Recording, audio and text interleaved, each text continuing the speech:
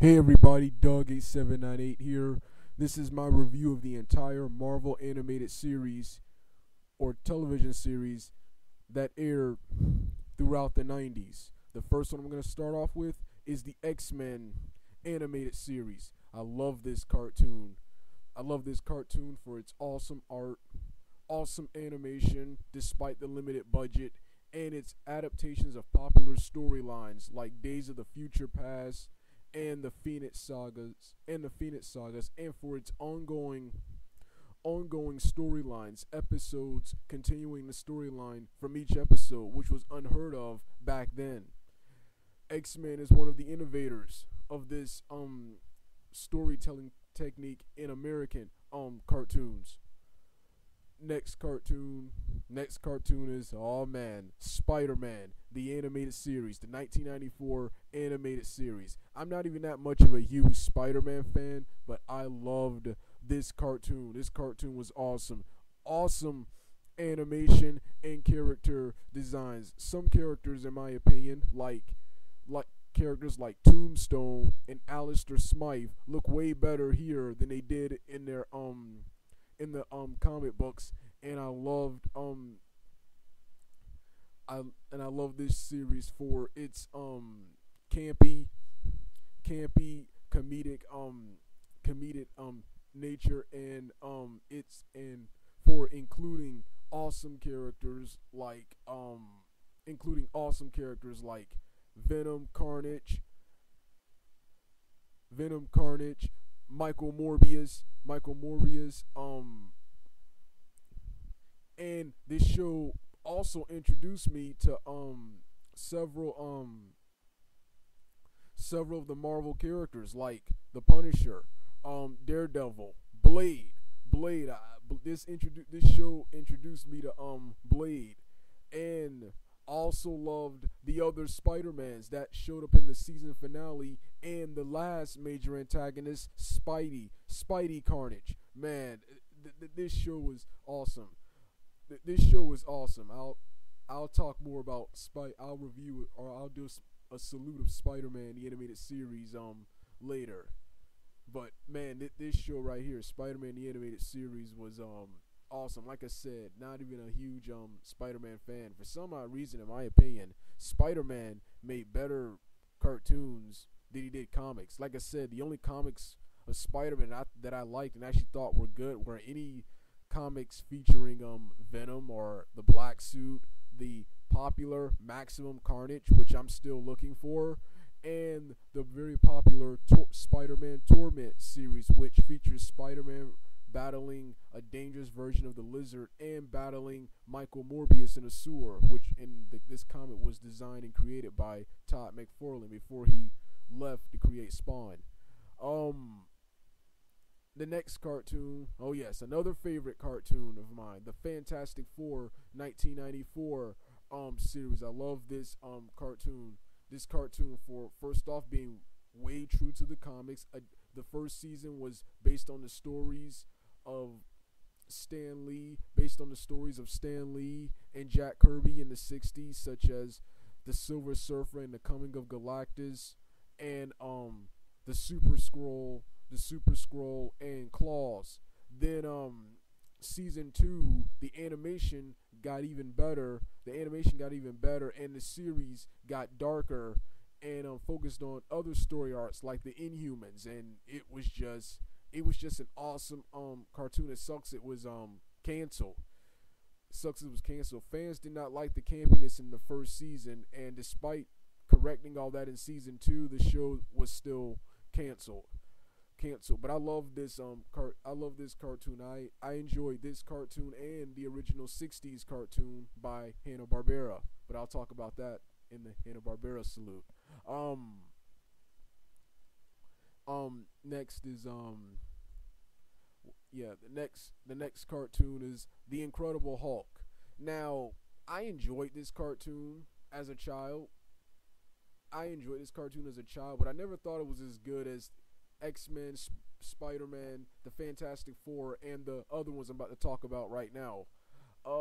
Despite good animation, strong writing and characterization, just like the other shows, I always thought the Incredible Hulk.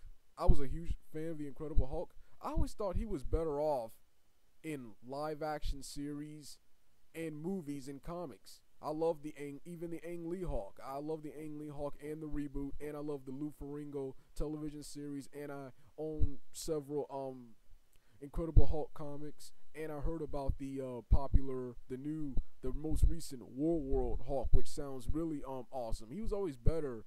He was always better in comics than he was in cartoons. That's just my opinion. I guess the cartoons, I don't know. I guess they felt I don't know, watered down. But this was an awesome cartoon.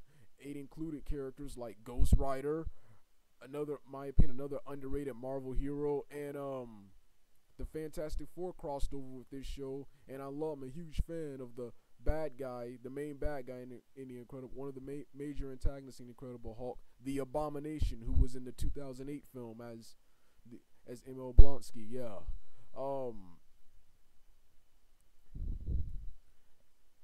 Next cartoon. Oh yes, Spider-Man Unlimited. According to Wikipedia, this cartoon was, of course, to once again capitalize on the popularity of Batman Beyond, which that show reimagined Batman, continued from the original Batman animated series, but did a whole new reimagining of Batman with Batman in the near future.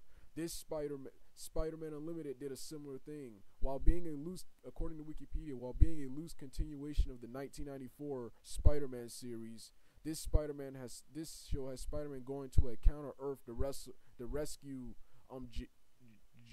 Jonah J.J. Jameson's son after a astronaut experiment went horribly wrong thanks to a new version of Carnage and Venom. Once again, I love this cartoon. I love the new Spider-Man.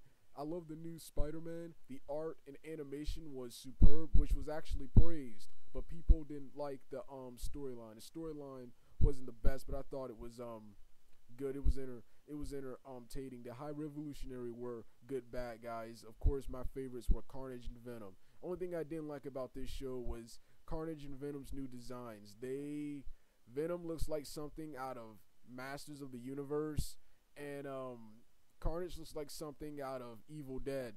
But it was an awesome. I prefer their designs were cool, but I just prefer the character designs from the original series. But this was an awesome underrated series. It was canceled due to low ratings, and Avi Arad, one of the major producers, him and the other guy who was writing this show had major problems, and it got killed by Pokemon in the ratings. But this was an awesome underrated Spider-Man cartoon. I wish it didn't get canceled. It was only canceled after 13 episodes. But I thought this was an awesome cartoon. Also, I forgot, I also loved this version's Green Goblin and Vulture, who in this version were heroes. This is actually my favorite version of Green Goblin, next to both of his betrayal, Osborn and his son Harry in the Spider-Man films, the Sam Raimi films. And it's not even based on the comics, but these are my favorite incarnations and portrayals of the Green Goblin and Vulture. Next is the Iron Man animated series. Okay, I love this Iron Man cartoon despite the bad writing, and lack of adaptations of any major storylines from the comics. The show was similar to the style of the He-Man cartoons and the Super Friends cartoons, except I don't think plot-wise it was as good as the He-Man cartoons, but I loved it for its inclusions of War Machine, for Iron Man. I love Iron Man's costume in this, his design, which is in the Capcom versus Marvel video games. I love its inclusion of War Machine, Hawkeye. You had awesome voice acting, awesome animation. It's also for its inclusions of characters like Grey Gargoyle, another underrated villain. Mandarin, and Titanium Man, another underrated Iron Man villain. And it was just an awesome show, and the intro themes, especially for season 2, were awesome. And this right here was the forerunner of what would later become this show laid down the blueprint for what will later become the Avengers the Avengers the Avengers Earth Mightiest Heroes cartoon that was just recently created. It started here which featured an event. This Iron Man show featured an Avengers like team. All right. Next is for two animated cartoons that I just recently saw for the first time. The first one is the Silver Surfer. I'm a huge fan of the Silver Surfer character. I've been a huge fan since my introduction to him in the 1967 Fantastic Four cartoon, and I loved how they redid it in the 90s cartoon, and it was really cool to see such a cool character. And I can't find any comics featuring the Silver Surfer alone, and I can't find the comics that debuted him in the Fantastic the comics that debuted him in the Fantastic Four. I can't find those either. So it was really good to see an animated series based on the Silver Surfer. I saw this on, I think it was either Toon Disney. It was Toon Disney. And the show was freaking awesome, just like the other series. Awesome animation, awesome character designs, strong writing, and it was just an entertaining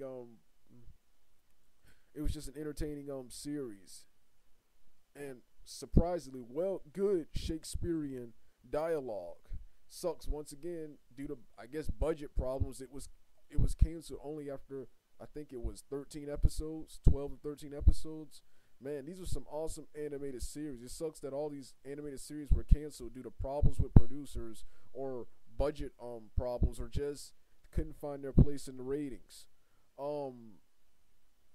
Now, the last cartoon I'm going to talk about is Avengers United They Stand. I've heard a lot of people blast this cartoon because of its toyetic nature, but in my opinion, I saw this cartoon for the first time in 2009 and loved it. I always wanted to watch this cartoon. I heard about it back in '99 when I bought a Spider-Man Unlimited action figure, and I just never took the time to watch it. Yeah, come to think of it, Avengers United They Stand and Transformers Robots in Disguise are two shows I'm watching now, but never took the time to watch them when they were on. And Avengers United They Stand, I saw it for the first time in 2009, and the show, despite being toyetic with its Power Ranger Saint Seiya like armor, the show was highly entertaining and surprisingly well written, despite being only created to sell toys. I like the show for the show features Hawkeye leading a team of Avengers called the East Coast Avengers, which is a spinoff or B team of the original Avengers, and I love the character Hawkeye. The character, I think his name is Ant-Man, and I love the characters are awesome, and I love the character Black Falcon, who is one of the very first African American superheroes. Just an entertaining series. I'll do full reviews and salutes of these cartoons later, but right now, Dog 8798 out.